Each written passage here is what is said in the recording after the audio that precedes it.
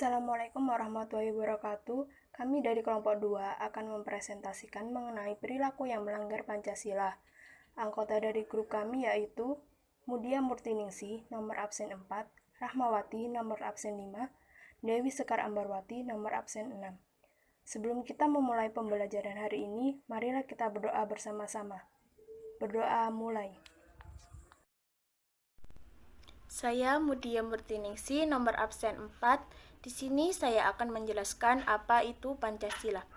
Pancasila merupakan dasar negara Indonesia yang di dalamnya terkandung 5 sila yang mempunyai nilai-nilai penting di setiap silanya. Pancasila juga dijadikan sebagai dasar hukum di Indonesia, sehingga hukum di Indonesia berpatok pada Pancasila. Secara etimologis, Pancasila berasal dari bahasa Sanskerta, yaitu panca dan sila. Panca yang berartikan 5, sedangkan sila berarti alas atau dasar. Jadi, Pancasila berarti 5 dasar yang harus ditaati dan dilaksanakan. Sebagai warga negara Indonesia yang baik, seharusnya kita menghormati Pancasila sebagai landasan hukum.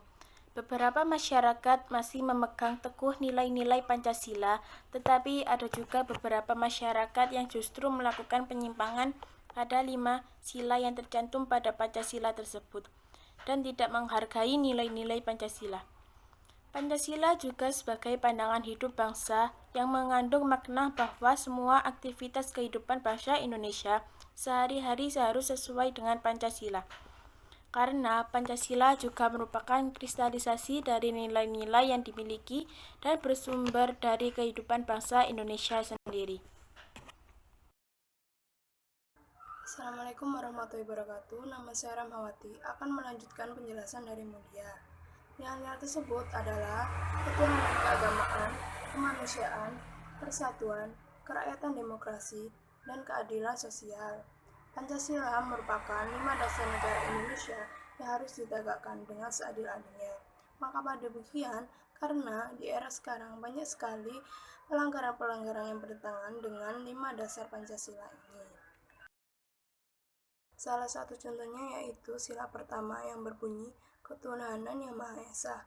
Bunyi sila pertama ini menjelaskan bahwa supaya setiap individu masyarakat Indonesia bebas memeluk agama sesuai dengan kepercayaannya masing-masing. Sila pertama juga menjelaskan agar masyarakat Indonesia bisa saling menumbuhkan rasa toleransi kepada agama lain. Salah satu contoh penyimpangan dari sila pertama ini yaitu tidak adanya sikap toleransi kepada agama lain. Sikap ini biasanya didasari karena keegoisan. Assalamualaikum warahmatullahi wabarakatuh. Perkenalkan, nama saya Dewi Sekar Ambarwati, nomor absen 6.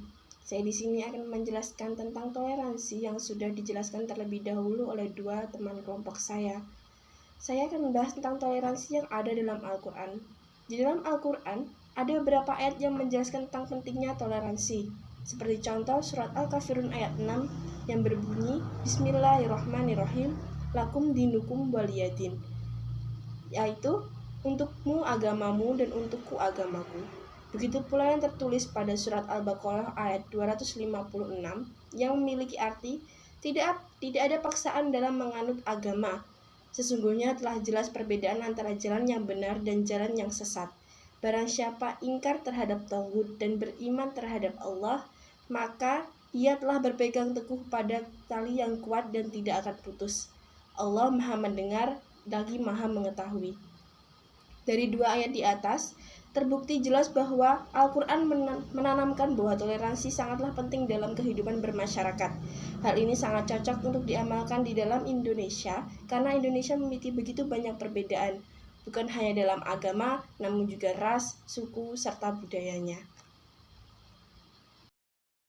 Ada begitu banyak cara untuk meningkatkan toleransi sosial di dalam diri sendiri serta orang lain. Berikut beberapa cara meningkatkan toleransi sosial. Yang pertama ialah kenali diri sendiri.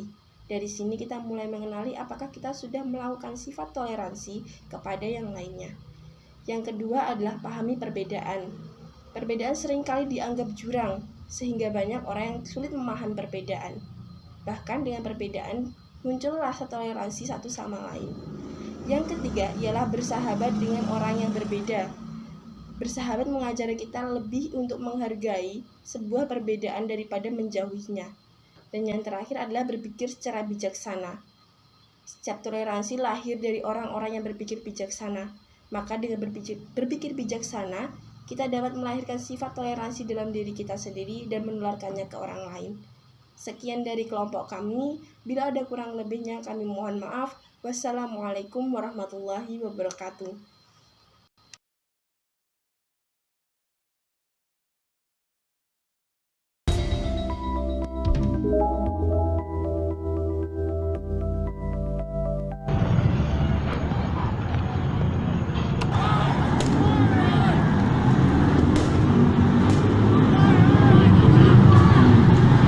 Aku yakin kalian semua tidak menginginkan Indonesia seperti ini. Kita dipersatukan untuk merdeka, berjuang untuk negeri ini, merelakan semua harta benda untuk bangsa ini. Lantas kenapa kita harus berpecah belah? Aku Indonesia. Aku Indonesia. Aku Indonesia. Aku Indonesia. Aku Indonesia. Aku Indonesia. Apakah pilihanku mempengaruhimu? Kau bebas memilih apa saja. Yang penting kau saudaraku. Aku Indonesia. Perbedaan itu indah, tapi persatuan Indonesia jauh lebih indah. Aku Indonesia. Perbedaan pandangan tidak akan memisahkan kita. Aku dan kau sama. Indonesia. Aku Indonesia. Yang menjadikan kita seperti ini adalah persatuan. Apakah kau tega menyia-nyiakan perjuangan para pahlawanmu? Aku Indonesia.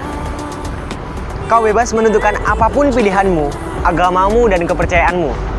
Tapi ingat, jangan rusak persatuan yang selama ini sudah kita jaga. Mari katakan orang, tetapi kamu dan rumahku. Indonesia bukan hanya milikmu. Indonesia bukan hanya milik perseorangan. Indonesia bukan hanya milik orang kaya. Indonesia bukan milik orang yang berkuasa. Indonesia bukan hanya milik orang-orang yang berjabatan tinggi. Tapi Indonesia milik kita semua. Engkau ku banggakan.